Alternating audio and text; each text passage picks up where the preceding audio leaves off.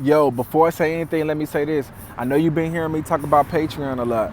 Patreon is a great way for us to stay connected, and it's a great way to support me if I inspire you. If any of these videos do anything to your spirit, if they bless you at all, then join my Patreon page and let's build a community. I'm not just trying to make moves, I'm trying to make a movement. As soon as you subscribe, you'll start getting exclusive content. Some has already been rolling out.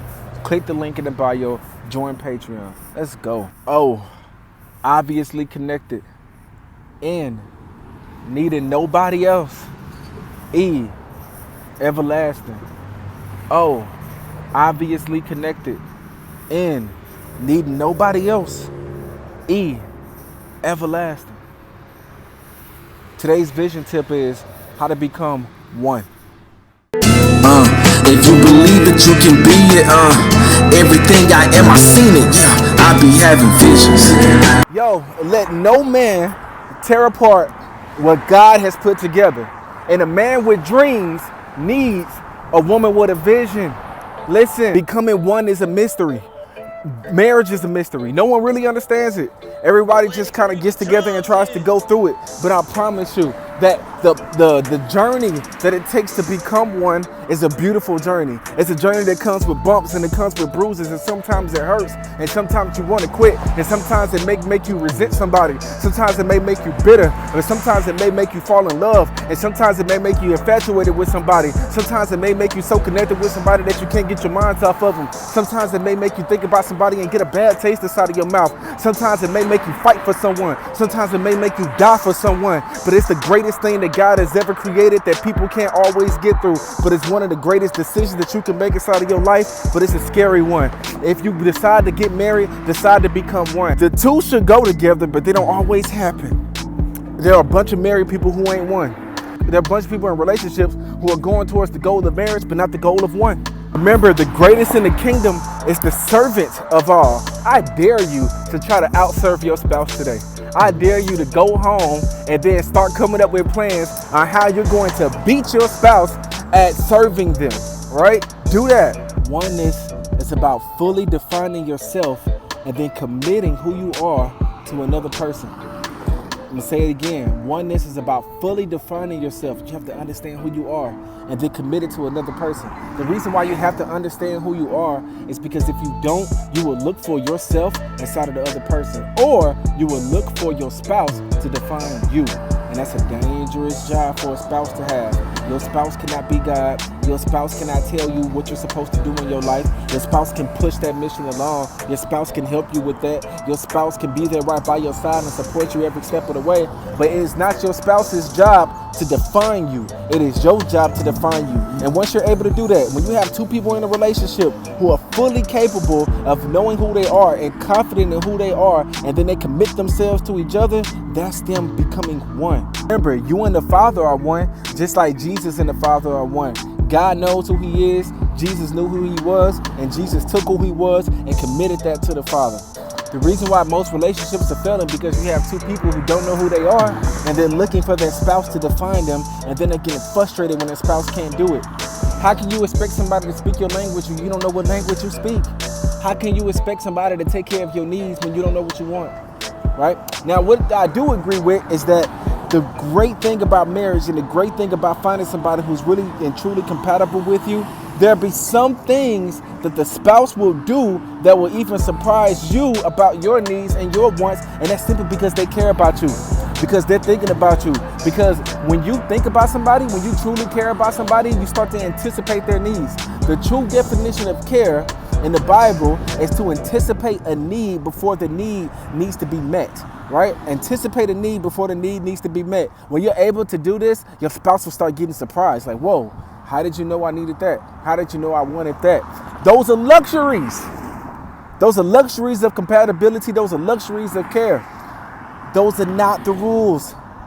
When the rules is that you should know what you want and you should know what you need. You bring that to the table, and you have a spouse that's bringing what they want and what they need to the table. I just love going back and forth between these two things. This is so dope. So when they bring what they need to the table and you bring what you need to the table, y'all put it together, y'all committed at the same time, and that's how you start to become one. I've been married for 6 years, going on 7 this year. And what I've noticed is that I make better decisions for us after I started making better decisions for myself. When I started to try to figure out what I was and what I wanted and my own individuality, I was able to bring that to the table and say, this is good enough to connect it with you. Once you figure out who you are, and once you figure out what your gifts are, once you figure out what you can bring to the table, you can divide that up and then choose how you will use it to serve, right?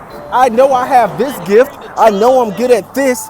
Let me use this to elevate my spouse. As you study yourself, you study your spouse, right? You find out what gifts they have, and then you find out different ways to bring those gifts out of them. You don't have to always tell them. You find subtle ways, right? You sneak it in. You be inside the relationship, and then you start having conversations that start to bring their gifts out. You start going places. You start doing things that start bringing their gifts out. And then when you start seeing their gifts start to come out, you call it out of them. You say, babe, you're good at this. Hey, love, I love when you do this. And then when you start calling their gifts out, they become more confident within themselves. And then they start figuring out ways to serve you with their gifts. That's how you start becoming one. Value, vision, and vulnerability. Value, vision, and vulnerability. Value. What do you have that will bring value to someone else's life? Ask yourself that question.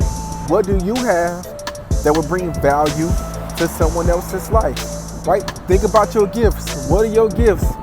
And what can you do with those gifts that will actually elevate someone else's life?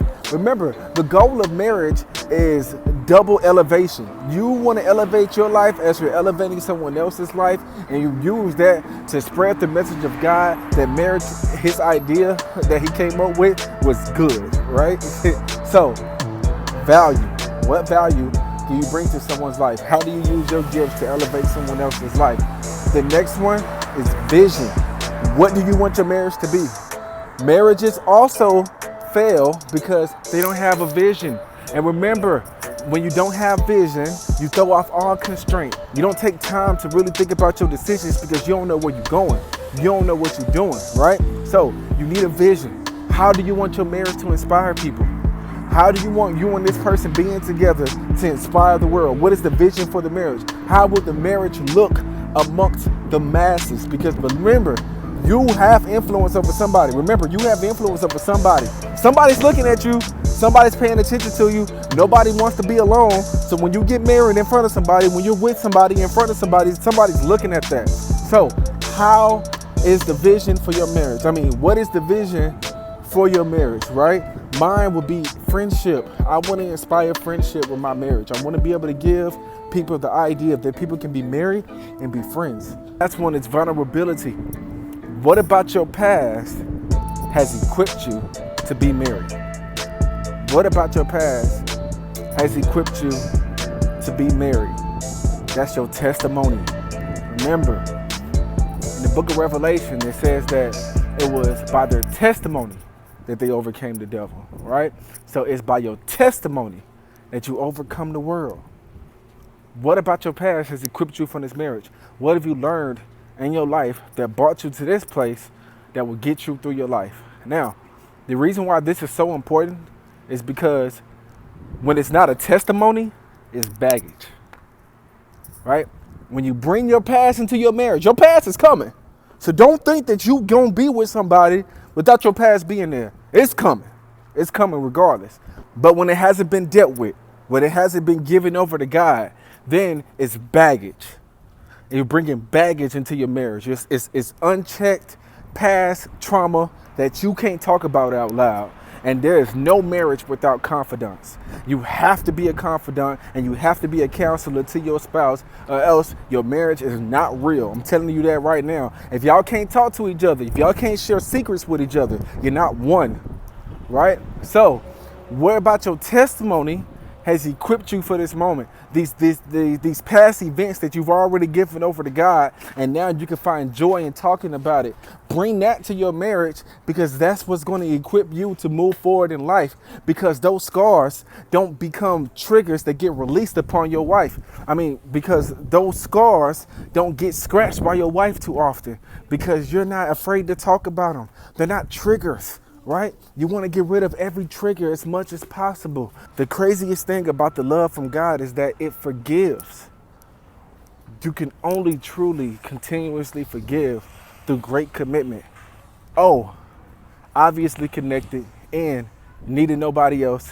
E.Everlasting. Become one today. That's how you revolutionize the culture. Straight up.